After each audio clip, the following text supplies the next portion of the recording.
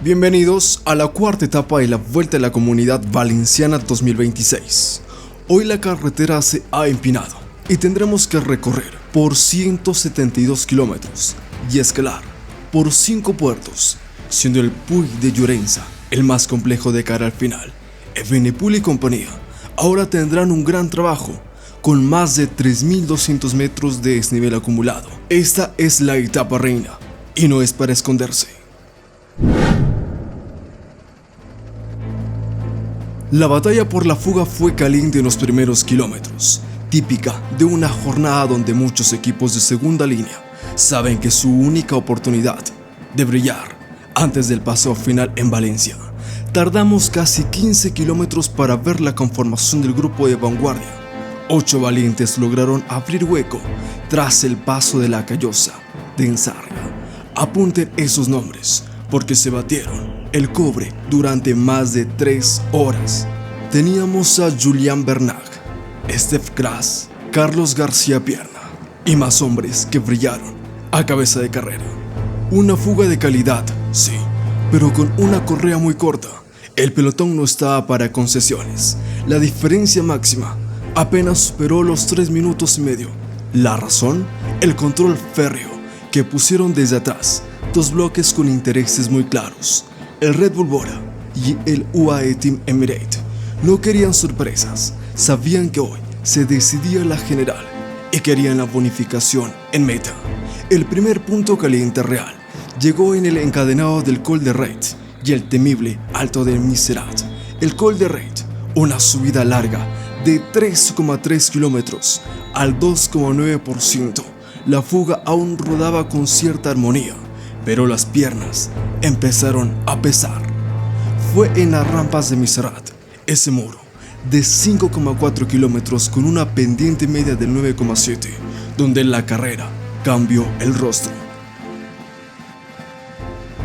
Delante Carlos García Pierna demostró ser el más fuerte de los escapados, coronando en cabeza y llevándose los puntos de la montaña, una magra recompensa para el esfuerzo del día. Pero lo importante sucedía atrás. El ritmo que impuso el bloque del Red Bull en el Miserat fue una sentencia de muerte para los velocistas y rodadores pesados. Vimos sufrir y finalmente descolgarse al líder.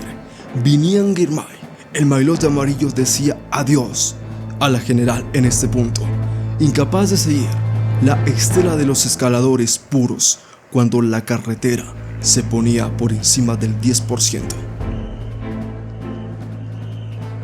Tras el descenso y el tránsito por el terreno quebrado de la Val de Galinera y Pego, la fuga comenzó a desintegrarse por pura inercia.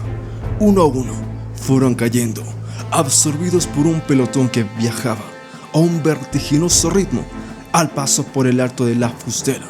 A menos de 30 kilómetros para el final, solo quedaba un superviviente, Julian Bernat, el francés del Lidl Trek. Tiró de orgullo en esas rampas del 8,3%, pero su destino estaba sellado. El pelotón, reducido ya a un grupo selecto de apenas 15 o 20 unidades, se aproximaba a la costa para encarar el juez de la carrera, el Puig de Llorença. Estamos hablando de una ascensión corta de apenas 2,3 kilómetros, pero una pendiente media al 9% y rampas que muerden las piernas al 15 y 16%. Es el escenario clásico de la Vuelta a Valencia, donde no puedes esconderte. El Red Bull Bora entró en la base marcando el territorio, con Alexander Vlasov haciendo un último relevo de sacrificio impagable para limpiar el camino. Y entonces sucedió. A falta de 13 kilómetros exactos para la conclusión, en lo más duro de la subida, Remco Evenepoel decidió que no quería esperar al sprint, ni a la bajada, ni a mañana. El campeón del mundo de contrarreloj lanzó un ataque seco, violento, marca de la casa. Sin mirar atrás, fue un cambio de ritmo que descosió al grupo instantáneamente. Por detrás, la reacción fue de desorden. Solo 3 hombres intentaron con más corazón que piernas cerrar ese hueco. El italiano Antonio Tiberi del Bahrein Victorious, su propio compañero de equipo Giulio Pellizzari y el portugués João Almeida del UAE. Pero la diferencia se abrió como una herida. 5 segundos, 10 segundos, 15 segundos en apenas 300 metros. Evenepoel coronó el Puig de Llorenza en solitario, con esa posición aerodinámica perfecta, y se lanzó en descenso hacia Moraira. Aquí es donde vimos la madurez de Renko. No arriesgó más de la cuenta en las curvas, pero no dejó de pedalear ni un segundo. Por detrás el trío perseguidor no lograba entenderse. Pellizzari lógicamente no daba relevos al llevar a su líder por delante. Almeida y Tiberi tenían que asumir todo el desgaste, y eso contra una máquina de vatios como Evenepoel es letal. Todavía quedaba una última trampa: el muro de Puig a 5 kilómetros de meta. Esa pared de 250 metros al 9% podía haber sido lugar para un desfallecimiento, pero Evenepoel lo pasó como si fuera llano, bailando sobre su bicicleta, con la mirada fija en el objetivo, el doblete de la etapa y liderato. Brandon McNulty, más tarde, que venía remontando detrás, logró conectar con el grupo de Almeida, pero ya era tarde para la victoria de etapa. La diferencia estaba estabilizada en torno a los 25 segundos. Los últimos 2 kilómetros hacia Teulada fueron un homenaje de Evenepoel. Tuvo tiempo de ajustarse en Maillot, celebrar con rabia y cruzar la línea de la meta parando el crono en 4 horas, 14 minutos y 1 segundo.